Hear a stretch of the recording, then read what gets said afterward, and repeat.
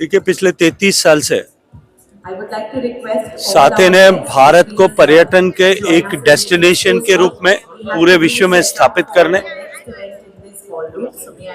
और भारतीयों को विश्व का दर्शन कराने, इन दोनों में एक प्रमुख सेतु के रूप में काम किया है। 33 साल की इस यात्रा में आगे बढ़ते हुए आज साथे एशिया का सबसे बड़ा ट्रैवल बाजार ऐसा बना है, और जिस तरह से इस बार और अधिक बड़े रूप में, विशाल रूप में साथे का आयोजन किया जा रहा है, मैं साथे 2026 के इस महत्वपूर्ण आयोजन पर सबको बधाई देते हुए शुभकामनाएं देना चाहता हूं। 2000 से ज़्यादा एग्जिबिटर्स देश और विदेश से आए हुए, देश के लगभग सभी प्रांतों के यहाँ टूरिज्म पोटेंशियल को शोकेस करने के लिए लगाए गए बड़े स्टॉल्स, इन सब के माध्यम से निश्चित रूप से जो B2B, B2C मीटिंग्स यहाँ होने वाली हैं, वो भारत में टूरिज्म पोटेंशियल को और अधिक ग्रो करने, डिसेंट्रलाइज करने के लिए काम करेगी। माननीय प्रधानमंत्री जी के नेतृत्व में भारत के पर्यटन की संभावनाओं को और अधिक विकसित करते हुए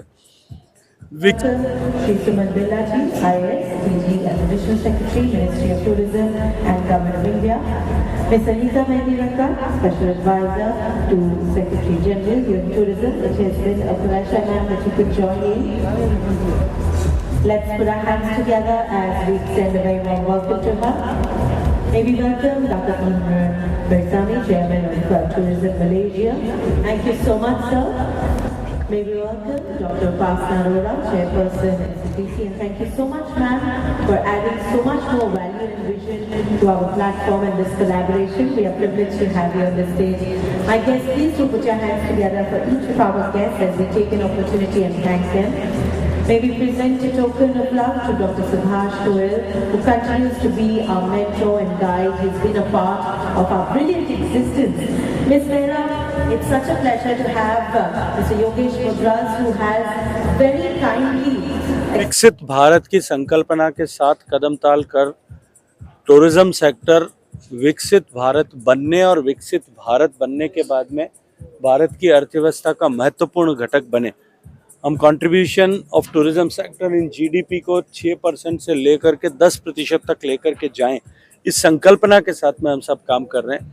माननीय प्रधानमंत्री जी के नेतृत्व में जिस तरह से देश का इंफ्रास्ट्रक्चर डेवलपमेंट हुआ है, रेल, रोड, एविएशन और वाटरवेज, इन सब का जिस तरह से विकास हुआ है, भारत में जिस तरह से इंटरनेट इंफ्रास्ट्रक्चर बना है, भारत ने जिस तरह से टेक्नोलॉजी के क्षेत्र में दक्षता प्राप्त की है, और भारत के पास जो नेचुरल ब्यूटीज़ हैं, जो हिस्ट्री है, भारत पास में जो नई विकसित हुई मेडिकल टूरिज्म की संभावनाएं हैं, माइस टूरिज्म की संभावनाएं हैं, इको टूरिज्म की संभावनाएं हैं, वेलनेस टूरिज्म की संभावनाएं हैं, प्रिवेंटिव मेडिसिन टूरिज्म की जो संभावनाएं, इन सारे नए वर्टिकल्स पर जो भारत के पास में ताकत है, उस ताकत के आधार पर भारत आने वाले समय में विश्व का न केवल डेस्टिनेशन, बड़ा डेस्टिनेशन, अपितु टूरिज्म की सेक्टर में दुनिया का सबसे बड़ा प्लेयर बनने की दिशा में आगे बढ़ रहा है।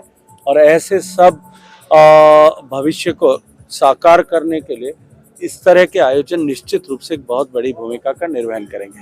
सर, पहलगाम के बाद कहीं ना कहीं भारत की छवि टूरिज्म के मामले में डिस्टर्ब करने की कोशिश की गई थी, तो साथे कोई संदेश दे रहा है जिस तरह से मोर देन 60 कंट्रीज यहाँ पर? निश्चित रूप से देखिए, पहलगाम निश्चित रूप से दुखद भी था।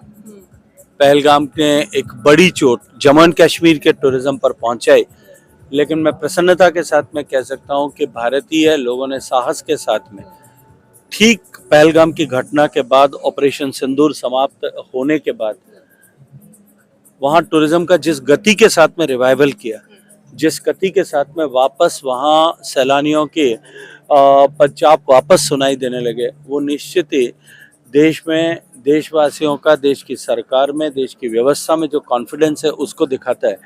और साथे के आयोजन से मैं ये कह सकता हूँ कि इसे और अधिक ऊंचाई मिलेगी।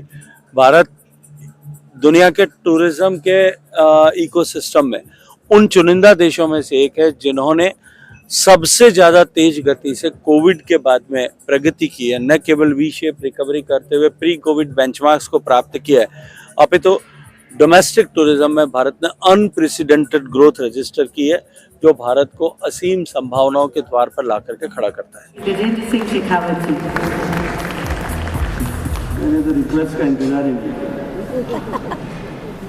क्योंकि मुझे पता था कि मेरा ही नंबर है।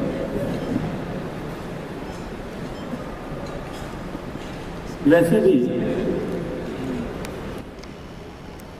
इस तरह के बिजनेस एक्सपो, चाहे वो ट्रैवल रिलेटेड हो या कोई और,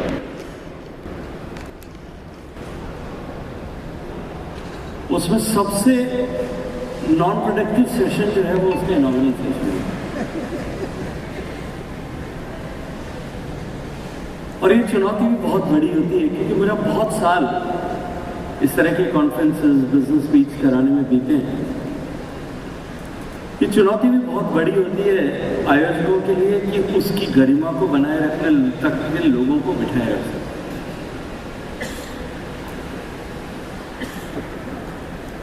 ये सेशन चुनौतीपूर्ण तो होते ही है, लेकिन उसके साथ साथ में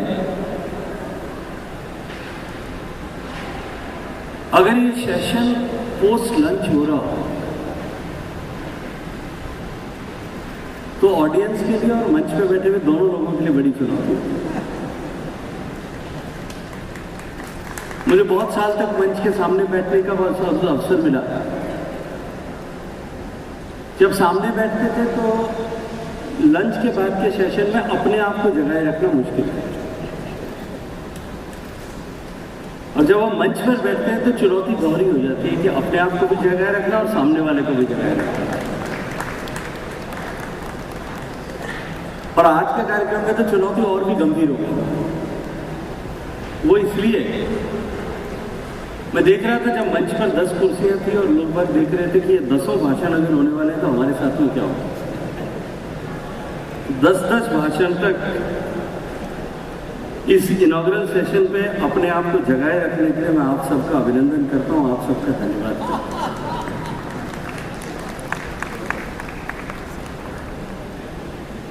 Sitting on the dais on the inaugural session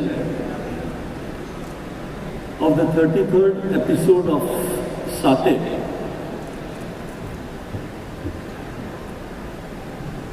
Honorable LG of Ladakh, Kavindra Gupta ji, the Minister of Tourism Arunachal, my dear friend Pasang Dorji Sona, DG Tourism and Additional Secretary Shri Suman Billa ji, Special Advisor UN Tourism and the proud daughter of India Anita Mehndiratta ji, the Chairman of Malaysia Tourism Datuk Manoharan Pariswamy ji, Honorable Upasana ji, Subhash Goyal sahab, Yogesh ji, Pallavi Mehra ji, ladies and gentlemen.